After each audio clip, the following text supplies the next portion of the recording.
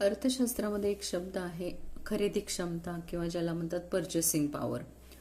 आता खरेदी क्षमता म्हणजे काय किंवा पर्चेसिंग पॉवर मीन्स काय आहे? तर पर्चेसिंग पॉवर ही प्रत्येकाची वेगवेगळी असते, ती व्यक्तीनुसार असते किंवा उत्पन्नाचा जो गट असतो म्हणजे प्रत्येक व्यक्तीची पर्चेसिंग पॉवर खरेदी क्षमता ही वेगवेगळी असते. असं म्हटलं जातं की वस्तू आणि ज्या सेवा आहेत ती खरेदी करण्याची क्षमता याला आपण पर्चेसिंग पॉवर किंवा खरेदी क्षमता असं म्हणतात. आणि ही आपल्याला मिळणाऱ्या उत्पन्नावर अवलंबून असते. आणि मग बऱ्याच वेळेला काय होतं की आपली पर्चेसिंग पॉवर ही सतत फ्लोटिंग होत असते. म्हणजे काही वेळेला पर्चेसिंग पॉवर आपली जास्त असते, काही वेळेला पर्चेसिंग पॉवर ही कमी असते. मग आता याच्यामध्ये जर आपण बघितलं तर काही वेळेला उत्पन्न क्षमता यानुसार सुद्धा पर्चेसिंग पॉवर ठरत असते. इन्फ्लेशन काही वेळेला वाढतं, महागाई वाढते, त्यामुळे खरेदी क्षमता कमी होत असते. उदाहरणार्थ आपण असं म्हटलं की एकाच वर्षी जर 100 रुपयाला एखादी वस्तू मिळत असेल आणि दुसऱ्या वर्षी जर तीच वस्तू 200 रुपयाला मिळायला लागली तर आपण 100 रुपये असताना त्या वस्तू 10 रुपयाला प्रमाणे खरेदी म्हणजे 10 वस्तू खरेदी करू शकतो 100 रुपये प्रमाणे. आणि जर त्या वस्तूची किंमत 200 रुपये झाली तर कदाचित आपण त्या 5च वस्तू खरेदी करू. याला आपण या म्हणजे महागाईचा झालेला आपला उत्पन्नावरचा हा परिणाम आहे. बऱ्याच वेळेला सरकारचं कराचं धोरण असतं की टॅक्सेशन जेव्हा जास्त वाढतात त्यावेळेला देखील आपली पर्चेसिंग पॉवर कमी होते, कारण जास्त कर भरावा लागला तर लोक जास्त खर्च करू शकत नाहीत, त्यामुळे देखील आपली पर्चेसिंग पॉवर कमी होते. आता हे सगळं कॉमन रिझन्स आपले पर्चेसिंग पॉवरच्या बाबतीमध्ये झाले. पण काही सायकोलॉजिकल रिझन्स सुद्धा पर्चेसिंग पॉवर तुमची डिक्रीज करायला किंवा कमी करायला परिणाम करत असतात. की बऱ्याच वेळेला असं होतं की लोक प्रमाणापेक्षा जास्त खरेदी करतात किंवा पैसा खर्च करत असतात. मग हा पैसा कुठे खर्च होतो तर हॉटेलिंगवरती असेल, शॉपिंगवरती असेल, ट्रॅव्हलिंगवरती असेल. अशा वेळेला या गोष्टींवरती अनावश्यक पैसा जर खर्च झाला तर पर्चेसिंग पॉवर कमी होत राहते. की काहीतरी नवीन एखादा ट्रेंड आलेला आहे आणि मग आपण त्या ट्रेंडला फॉलो करण्यासाठी आपल्याकडं खूप जास्त प्रमाणात ऑलरेडी स्टफ असतो, म्हणजे क्लोथिंगचा असेल किंवा आपले शूज असतील, चप्पल्स असतील किंवा आणखीन काही असेल, तर या सगळ्या गोष्टी आपल्याकडं खूप मोठ्या प्रमाणात असून सुद्धा आपण त्या खरेदी करत राहतो. मग बऱ्याच वेळेला असं होतं की पर्चेसिंग पॉवर कमी होते. उदाहरणार्थ समजा की एखादी वस्तू तुम्हाला 2,000 रुपये घ्यायची पर्चेसिंग पॉवर एका महिन्यात मध्ये आहे आणि मग पण तुम्हाला तुमचा स्वभाव आहे, सायकोलॉजिकल इफेक्ट होत आहे, तर मग तुम्ही काय करता तर ती 2,000ची वस्तू तुम्ही तात्काळ चटकन खरेदी करता आणि मग नंतर त्या ठिकाणी 2,000 रुपये ही तुमची एखादी वस्तू खरेदी करायची क्षमता होती.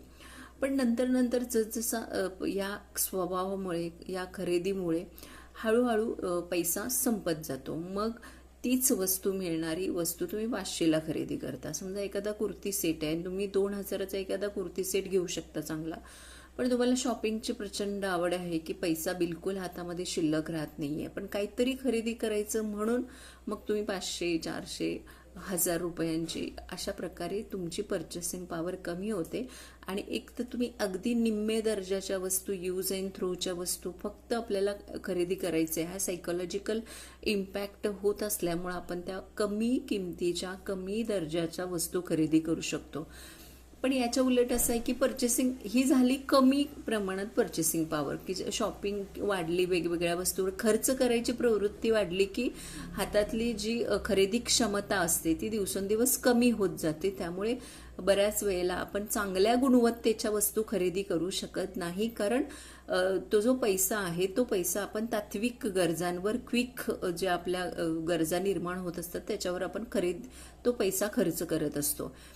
पण बऱ्याच वेळेला असं होतं की जर आपली खरेदी क्षमता वाढवायची असेल तर याच्यामागे एक उपाय आहे की वस्तूची खरेदी न करणं, की टाळणं, काहीतरी कामाने त्या वस्तू घेणं टाळणं, किंवा आपल्याकडे ज्या वस्तू ऑलरेडी आहेत त्या वारंवार बघणं, त्यांचं लिस्टिंग करणं.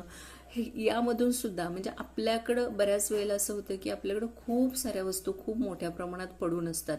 कदाचित आपण त्या वस्तूंना फारसा यूज पण आपण त्या वस्तूंचा करत नाही, पण एक हव्यास म्हणा, ग्रीड म्हणा, की त्या वस्तू आपण घ्यायच्या मागे लागत असतो. आणि मग अशा वेळेला त्या वस्तूंची देखभाल दुरुस्ती करायला वारंवार काढणं. आणि जेव्हा आपण असं देखभाल दुरुस्ती करतो तेव्हा आपल्याला वारंवार कळत राहतं की हे आपल्याकडं आहे, आणि त्यामुळं आपण आपल्याला बऱ्याच वेळेला कंट्रोल करू शकतो. पण जेव्हा मग असं खरेदी थांबवता किंवा खरेदी टाळणं, खरेदी लांबणीवर टाकलं, तर एका महिन्यात कदाचित तुम्ही 500 रुपयाची वस्तू खरेदी करणार असाल, पण जसं तुम्ही ती वस्तू खरेदी करणं टाळता, लांबवता, तसं तुम्ही त्या 500 रुपयेमध्ये अधिक भर टाकून कदाचित 5,000ची एखादी छानशी वस्तू विकत घेऊ शकता. म्हणजे ही झाली खरेदी क्षमता. म्हणजे अशा प्रकारे आपल्याला खरेदी क्षमता ही वाढवताही येते आणि आपल्याला कमीही आपली खरेदी क्षमता होत असते. एकूण ह्या सगळ्या गोष्टी ज्या आहेत त्या ह्या पैसे खर्च करण्याच्या वृत्तीवरती किंवा सायकोलॉजिकल आपण कोणत्याही गोष्टीशी कसं डील करतो याच्यावर पण अवलंबून असतात. त्यामुळे खरेदी क्षमता ही सतत वाढवता आली पाहिजे. जे छोटे छोटे खर्च असतात किंवा ज्या खर्चांची आपल्याला फारशी करायची गरज नसते, फक्त आपल्याला काहीतरी टेम्पटेशन क्रिएट होतं आणि आपण त्या वस्तू खरेदी करतो आणि त्याच्यामध्ये आपला बराचसा पैसा असा हा वेस्ट जात असतो. तर अशा वेळेला म्हणजे एखादा नवीन मॉडेल आलंय मोबाईल फोनचं तर लगेच परचेस करणं, एखादा कपड्याचा नवीन ट्रेंड आलाय तर लगेच खरेदी करणं, 2 दिवस 3 दिवसाच्या ट्रॅव्हलिंग टूरवर जाणं, हॉटेलिंग करणं, तर अशा गोष्टींमधून आपण आपली ह्या गोष्टी आवश्यक त्या प्रमाणात जर आपण केल्या तर आपली कदाचित परचेसिंग पॉवर ही दिवसेंदिवस वाढू शकते आणि त्याचा फायदा आपल्याला होत असतो. तर ही एक अर्थशास्त्रातली संकल्पना आहे की जी सगळ्यांना लागू पडते. आणि मग प्रत्येक माणसाची खरेदी क्षमता ही वेगवेगळी असते, तरी सुद्धा ही सगळ्यांना लागू पडते ही परचेसिंग पॉवर. आणि म्हणूनच असं म्हटलं जातं की जर स्ट्रॉंग फायनान्शियल इंडिपेंडन्स हवा असेल तर ही परचेसिंग पॉवर कंट्रोल करणं खूप गरजेचं असतं.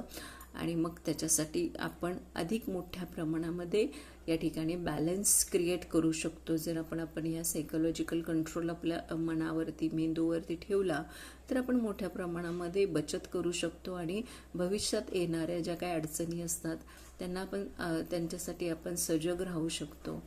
तर आजची ही एक कन्सेप्ट होती आपण अर्थशास्त्रामधली पाहिली, ती आहे खरेदी क्षमता. व्हिडिओ आवडला असेल तर लाईक करा, चॅनलला सबस्क्राईब करा. धन्यवाद.